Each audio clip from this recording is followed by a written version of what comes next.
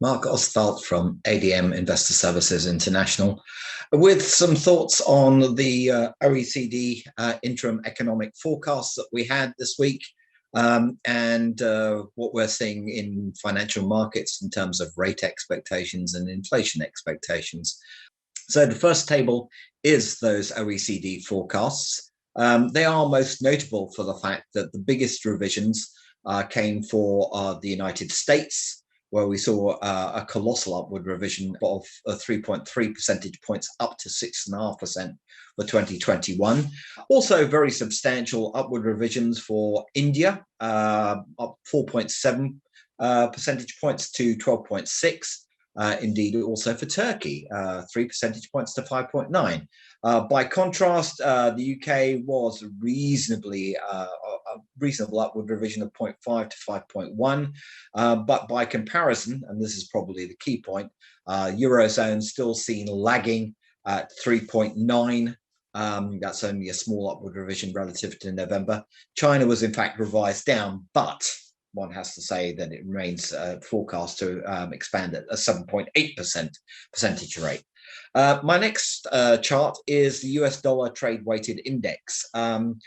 One of the great consensus trades of the back end of last year of 2020, and indeed in January, was that the US dollar was going to weaken very substantially, that it was going to be burdened by the Biden fiscal package, and that basically everyone would want any currency but the US dollar. Well, sadly, the truth of the matter is, and one can always see this, is that interest rate differentials do matter.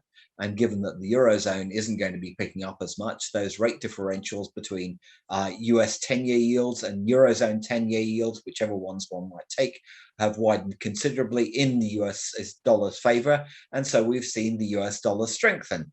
I think the interesting part from this chart is that it's picked up, it's really only during February that we broke the downtrend that we had since March of last year. My third table is market implied policy rates. I think this is actually a very important one. What one can see on a 2-year time horizon, which is the critical one as far as central bank promises not to move rates are going to be, is that we've seen some fairly substantial moves. We're now discounting a move within the 2-year time frame in the United States. By contrast, one can see in the Eurozone, there's basically no move implied on a 2-year time horizon. And I suppose one shouldn't really be surprised. In the UK, there's a modest move. In some of the other countries around the world, particularly notable Norway, where there's 100 basis points roughly of increases seen, and Czech Republic, 120. And indeed, when one's looking at Australia and Canada, we're also looking at further tightening. Well, quite substantial basis in terms of Canada, 63 basis points, more than the United States. So what is this sort of predicated on? Well, number 4 chart, I think, is an interesting one. It's 10-year break-even inflation rates, i.e. what the market's basically pricing in. And what one can really see is the market is basically pricing in the US inflation to be just above the Fed's target of 2%.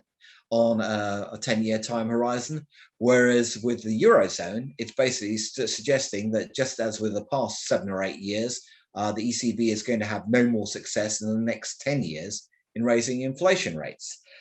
This all has, I think is important because it basically tells us that people are expecting US rates to tighten considerably. What worries me in that respect is what's on my 5th chart, which is US dollar investment grade versus high yield credit spreads, and the trend that we've seen of late as yields have risen in the United States. So it's been investment grade spreads which have widened more proportionately than high yield spreads. I think in a tightening interest rate environment, I very much doubt whether high yield credit is going to outperform on that basis, unless one really believes that central banks are going to backstop the market for a long time. But if they're actually going to be forced to move preemptively, then that high yield bet, that high yield spread, looks to be particularly vulnerable to some quite sharp widening. That's the thoughts for this week.